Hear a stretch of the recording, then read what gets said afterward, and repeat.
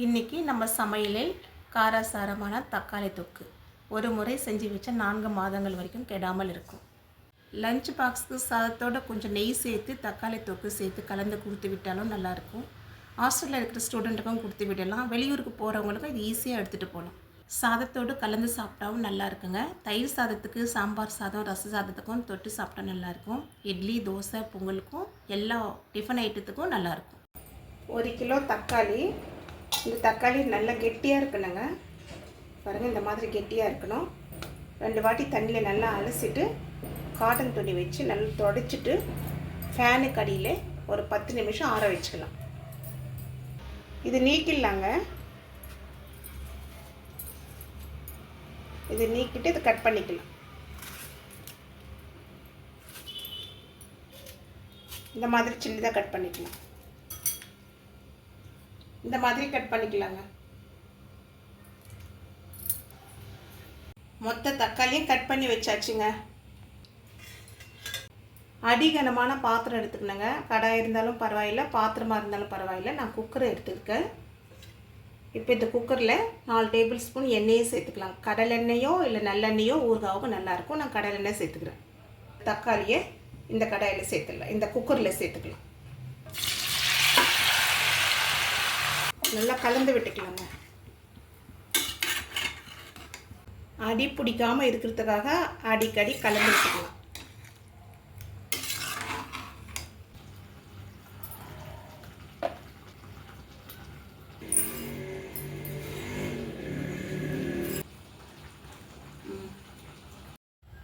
நூறு கிராம் கல்லுப்பு வெயிலில் 1 மணி நேரம் காய வச்சுருக்கேன். இந்த உப்பு ஜாரில் சேர்த்துக்கலாம். இப்போ 100 கிராம் புளியும் சேர்த்துக்கலாம். இப்போ அரைச்சிக்கலாங்க.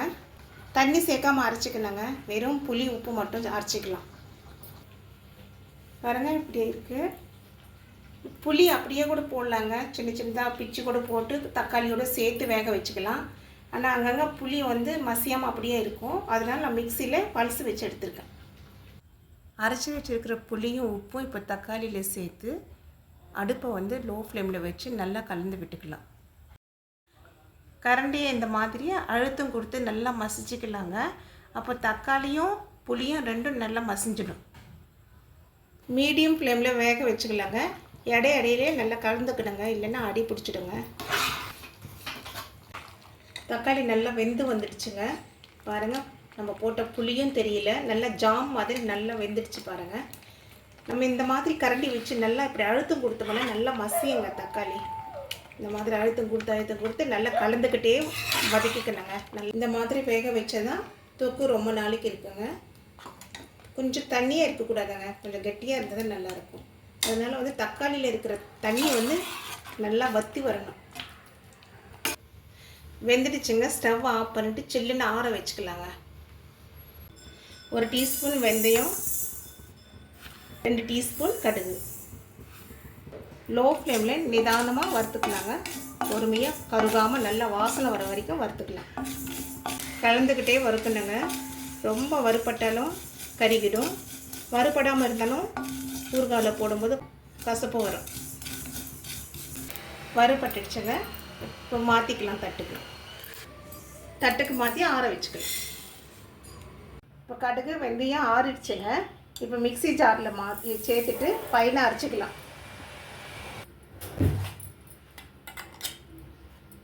பாருங்கள், இந்த மாதிரி நைஸாக அரைச்சிக்கணும். 200 மில்லி எண்ணெய் சேர்த்துக்கலாம். ஊறுகாய்க்கெல்லாம் கடலெண்ணெய் இல்லைன்னா நல்லெண்ணெய், இந்த 2 எண்ணெயில் எதுவாவது ஒரு எண்ணெய் நல்லாயிருக்கும். 1 டீஸ்பூன் கடுகு சேர்த்துக்கலாம். கடுகு கொஞ்சம் பொரியணுங்க. பொரிஞ்ச பிறகு மற்றதெல்லாம் சேர்த்துக்கலாம். கடுகு பொரிஞ்சிச்சுங்க. சீரகம் 1 டீஸ்பூன் சேர்த்துக்கலாம். ஒரு 1/2 ஸ்பூன் பெருங்காயம் சேர்த்துக்கலாம். கருவேப்பிலை நல்லா அலசி ஆற வச்சுட்டு போட்டுக்கலாங்க. கடைசியாக 7-8 மிளகாய் சேர்த்துக்கலாங்க. முழு மிளகாவே சேர்த்துக்கலாம், நல்லாயிருக்கும். இப்போ ஸ்டவ் ஆஃப் பண்ணிடலாம். அந்த எண்ணெயோட சூடுக்கே மிளகாய் வறுபட்டுடும். இப்போ ஒரு 50 கிராம் பூண்டு தோல் உரித்து சேர்த்துக்கலாங்க. இது வேகணும் இல்லை, கடைசியாக சேர்த்தாவே போகிறோம். இது ஊறுகாவில் ஊற அந்த ஃப்ளேவர் நல்லாயிருக்கும். வேணுமென்னா சேர்த்துக்கங்க, இல்லைன்னா ஸ்கிப் பண்ணிவிடுங்க. இப்போ தாளிப்பு ரொம்ப சில்லுன்னு ஆற வச்சுக்கணுங்க.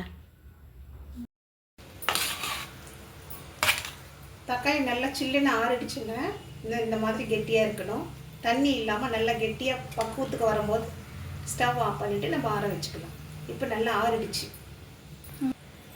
தனி மிளகாய்த்தூள் 100 கிராம். இது நான் வீட்டில் அரைச்ச மிளகாய் தூள்ன்றனால காரம் கொஞ்சம் குறைவாக தான் இருக்கும். 100 கிராம் மிளகாய்த்தூள் சேர்த்துக்கலாம். கடுகு வெந்தயம் தூள் இப்போ அரைச்சி வச்சது இதையும் சேர்த்துடலாம். நல்லா கலந்து விட்டுக்கலாங்க. எல்லாம் சமமாக படுற மாதிரி கலந்து விட்டுக்கலாம். தாளிப்பு நல்லா சில்லுன்னு ஆறிடுச்சு. இப்போ தொக்கில் சேர்த்துக்கலாம். தொக்கில் சேர்த்துட்டு நல்லா கலந்து விட்டுக்கலாம். தாளிப்பு சேர்த்த பிறகு நல்லா கலந்து விட்டுக்கலாங்க. தாளிப்பெல்லாம் நல்லா மிக்ஸ் ஆகிற மாதிரி நல்லா கலந்து விட்டுக்கலாம்.